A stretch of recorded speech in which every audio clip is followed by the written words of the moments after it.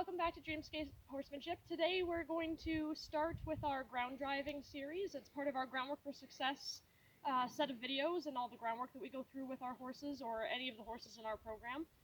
But the ground driving one has so much information, I figured it was best split into its own little mini-series. So today, basically just going to talk about the kind of prerequisites that I want our horses to have before we ground drive them.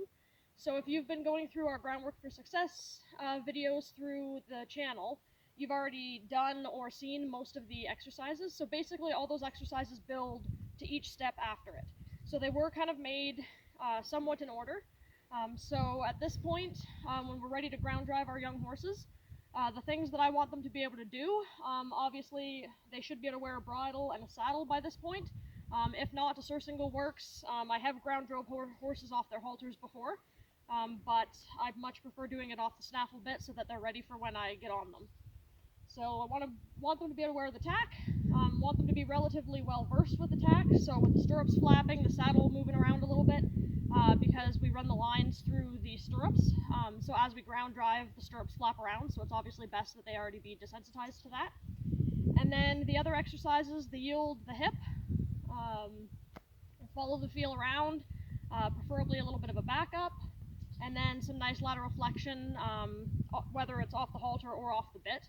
So basically how I go about doing that off the bit is I just take my lead off the halter and I'll just snap it to the side of the bit. So if you want more information about each of the exercises, we're not going to go super in detail today, so you can go back through the videos and kind of watch the individual exercises to see how we introduce that to the horse off the halter. But this will be the next step, which is off the bit. But same concept, I'm just going to yield her hip around off the bit. I'm going to just hold that pressure there. She's doing a very beautiful lateral flexion, but I want that hip to move right there. We go. Just step towards her hip. So I basically want that hip to be able to yield around off the bit pressure, because as we ground drive and take up on our lines, she has to be able to yield to that bit pressure and preferably move her hip. Just going to unflip it from that side. Make sure she can do the same exercise on this side.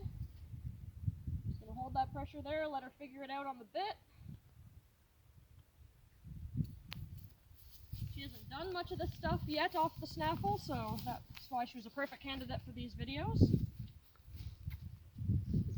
A little stiffer on this side through the snaffle, but that'll soften up as we get ground driving.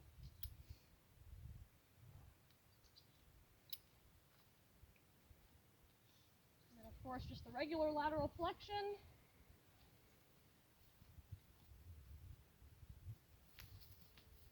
We'll hold that there and let her flex to it. There we go. Release.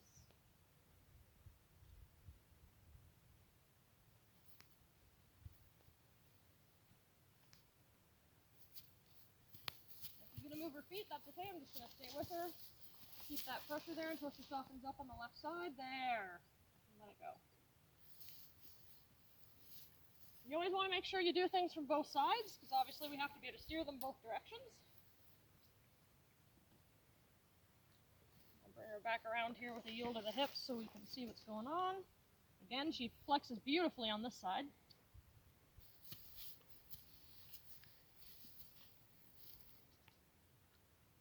Hold that there, wait for her to soften.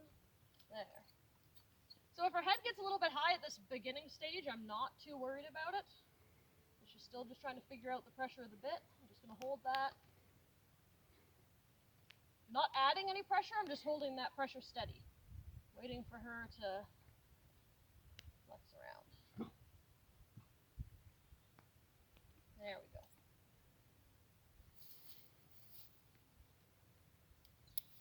And then the other one that I want to make sure they know how to do is to follow the feel around. We made a video on this previously.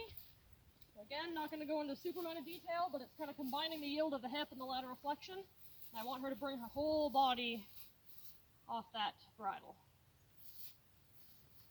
There. Ooh.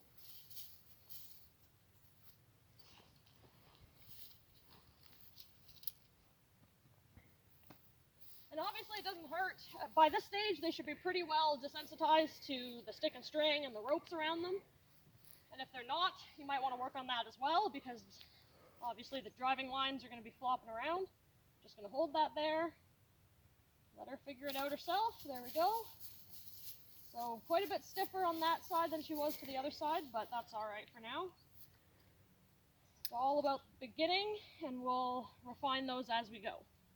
So as long as your horse can kind of do those basic exercises, you should be ready to go to move forward to ground driving your young horse.